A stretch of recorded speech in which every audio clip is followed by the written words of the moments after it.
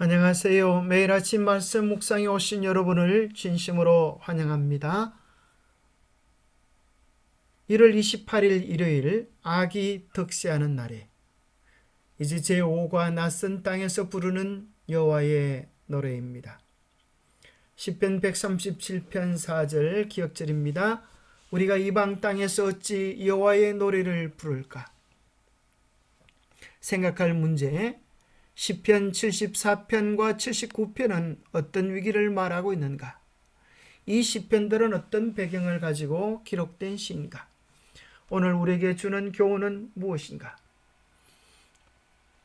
시편 74편 18절에서 22절입니다. 여호와여 이것을 기억하소서. 원수가 주를 비방하며 우미한 백성이 주의 이름을 능욕하였나이다. 주의 맷비둘기의 생명을 들짐승에게 주지 마시며 주의 가난한 자의 목숨을 영원히 잊지 마소서. 그 언약을 눈여겨보소서. 무릇 땅의 어두운 곳에 포악한 자의 처소가 가득하나이다. 학대받은 자가 부끄러이 돌아가게 하지 마시고 가난한 자와 궁핍한 자가 주의 이름을 찬송하게 하소서. 하나님이여 일어나 주의 원통함을 푸시고 우매한 자가 종일 주를 비방하는 것을 기억하소서. 시편 74편 가운데서 하나님을 믿는 백성들이 어려움을 당하는 그 어려움들을 호소하고 있습니다. 하나님을 믿지 않는 자들은 오히려 강포하며 하나님의 백성들을 괴롭히는데 하나님 일어나셔서 우리의 원통함을 풀어달라고 하는 간곡한 시입니다. 시편 79편을 표준 세번역으로 읽어보면 좀 더 쉽게 이해할 수 있게 되었습니다. 주님 언제까지입니까? 영원히 노여워하시렵니까? 언제까지 주의 진노하심이 불길처럼 타오를 것입니까? 주님을 알지 못하는 저 이방인들에게나 주님의 진노하심을 쏟아주십시오. 주님의 이름을 부르지 않는 저 나라들을 위해 쏟아부어 주십시오. 그들은 야곱을 집어삼키고 그가 사는 곳을 표로 만들었습니다. 우리 조상의 죄악을 기억하여 우리에게 돌리지 마십시오. 주님의 긍휼하심으로 어서 빨리 우리를 영접하여 주십시오. 우리가 아주 비천하게 되었습니다. 우리를 구원하여 주시는 하나님, 주님의 영광스러운 이름을 생각해서라도 우리를 도와주십시오.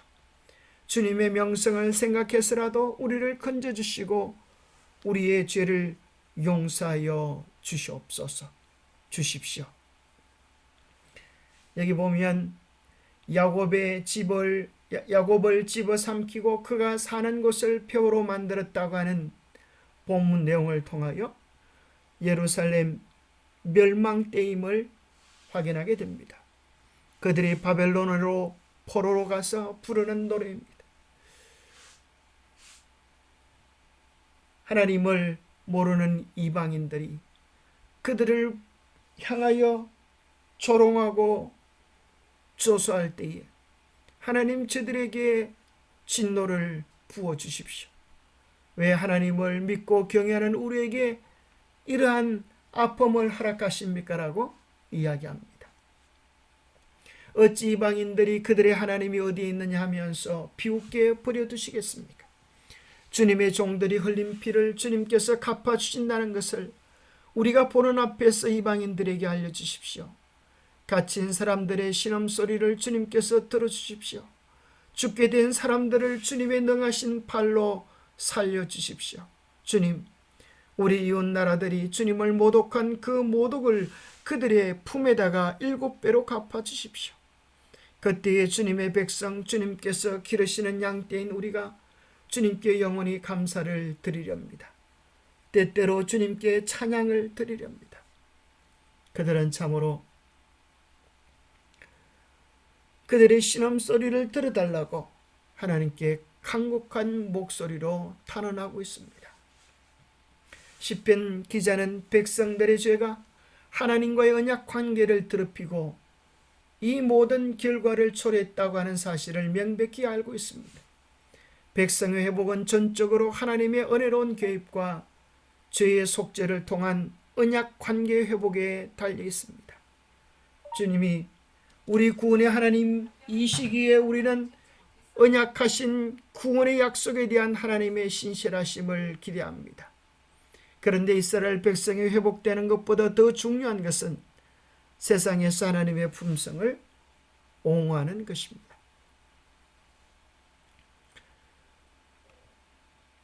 우리는 이 시들이 어떤 배경을 가지고 기록된 시인지를 알면 좀 더 본문을 분명하게 이해할 수 있게 되었습니다.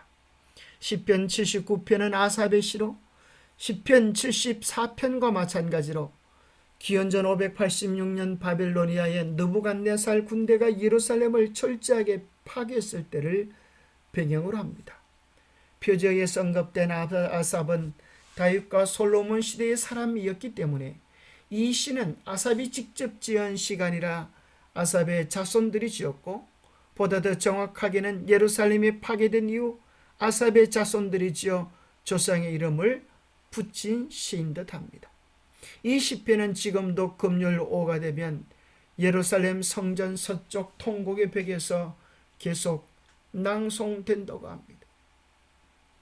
통곡의 벽에서 낭송되는 탄원의 시, 그것은 예루살렘 멸망 때에 그들이 경험했던 고통과 아픔을 하나님께 호소하는 시입니다. 왜 하나님의 백성이 이방의 주죽거리가 되고 조롱거리가 되고 비웃음거리가 되었을까요? 하나님은 신실하신데 왜 당신의 백성들을 이렇게 어려움에 내버려 두셨을까요? 물론 때로 하나님의 백성들이 그들의 신실함에도 불구하고 어려움을 당하고 곤욕을 당하는 일들이 없지 않은 것은 아닙니다. 그럼에도 불구하고 본문의 배경 속에서 그들이 그러한 어려움을 당하는 궁극적인 이유를 우리는 예레미야에서 발견하게 됩니다. 예레미야 6장 19절에 보면 땅이여 들으라, 내가 이 백성에게 재앙을 내리니 이것이 그들의 생각의 결과라.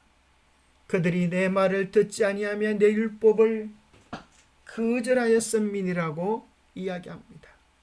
왜 이 백성들에게 이러한 재앙이 쏟아졌다고요? 그들이 하나님의 말씀을 듣지 아니하고 하나님의 율법을 거절했기 때문입니다. 예레미야 9장 12절에서 14절에 보면 지혜가 있어서 이 일을 깨달을 만한 자가 누구며 여호와의 입의 말씀을 받아서 선포할 자가 누구인고, 이 땅이 어찌하여 멸망하여 광야같이 불타서 지나가는 자가 없게 되었느냐. 여호와께서 말씀하시되 이는 그들이 내가 그들의 앞에 세운 나의 율법을 버리고 내 목소리를 순종하지 아니하며 그대로 행하지 아니하며 그 마음의 완악함을 따라 그 조상들이 자기에게 가르친 바알들을 따랐습니다. 분명한 이유가 나옵니다. 하나님의 율법을 버리고 거짓된 이방신 바알을 따랐기 때문입니다. 신명기 28장에 나오는 축복과 저주의 장에서처럼 온 세상을 통치하시는 하나님의 언약은 영원히 변함이 없습니다. 하나님께서 그들에게 약속하시기를 들어가며 나가며 복을 얻는 그 축복된 삶은 하나님의 말씀에 순종하며 그의 계명을 존중할 때입니다. 그러나 그들이 그 언약을 어기고 이방신을 향하여 손을 펼 때 그들에게 주어졌던 모든 축복들이 저주로 변함을 우리는 발견하게 되는 것입니다. 그들이 어떤 처지와 형편에 있든지 그럼에도 불구하고 여전히 하나님께로 돌아가면 하나님은 그들을 위한 놀라운 회복의 축복을 더하여 주십니다. 깨트린 언약은 새 언약을 필요하게 함. 그들은 그들이 깨어버린 언약을 통해 하나님의 은총을 바랄 수 없었다. 그리고 나서야 이제 그들은 자신의 죄악과 용서의 필요를 깨닫게 되었고, 그들은 아브라함과의 언약에 나타나 있고 희생 제물로 예표된 구주의 필요를 느끼게 되었다. 그리하여 그들은 믿음과 사랑으로 그들을 죄의 속박에서 구원하시는 하나님께 매어 달렸다. 이제 그들은 새 언약의 축복을 바로 평가할 준비가 되어 있었다. 기도하겠습니다. 하나님 아버지, 우리의 황폐함을 돌아보아 주옵소서. 하나님의 말씀대로 하나님의 언약대로 산다고 하면서 우리의 신실하지 못함이 이와 같은 고통과 아픔과 절망과 눈물을 가져왔습니다. 하나님을 믿지 않은 이방인들이 하나님의 백성을 조롱하며 비웃는 때가 되었습니다. 하나님, 하나님의 이름과 이름의 존귀함과 의미를 생각하셔서 우리를 돌아보아 주시옵소서. 다시 한번 감당할 수 없는 은혜와 특권을 회복시켜 주옵소서. 주님의 자녀, 하나님의 백성이라고 하는 존귀한 이름을 회복시켜 주옵소서. 우리가 먼저 마음을 돌이켜 주님께로 달려가게 하시고 무너진 계명을 하나님 앞에서 무너진 우리의 태도를 새롭게 하기를 원합니다.